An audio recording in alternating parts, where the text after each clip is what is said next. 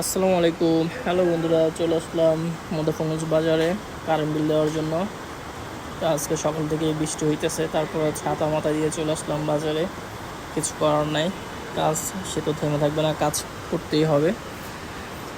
তো আজকে বাজারের অবস্থা হচ্ছে মানুষ এত বেশি নাই, বৃষ্টির কারণে সম্পূর্ণ ফাঁকা।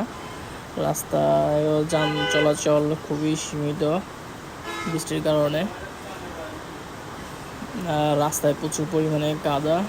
যাই হোক, চলতেছে আর ভিডিও করতেছি বৃষ্টির যে অবস্থা সেটা দেখতেছি।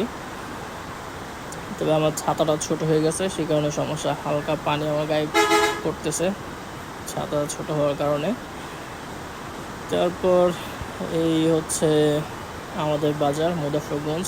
আমি এখন হোম ব্রাদার্সে যাব, সেখানে একটু কাজ আছে, কাজ শেষ করে পর আবার বাসায় চলে যাব। আর যে অবস্থা আকাশের, মনে হচ্ছে যে আজকে সারাদিনই বৃষ্টি হবে।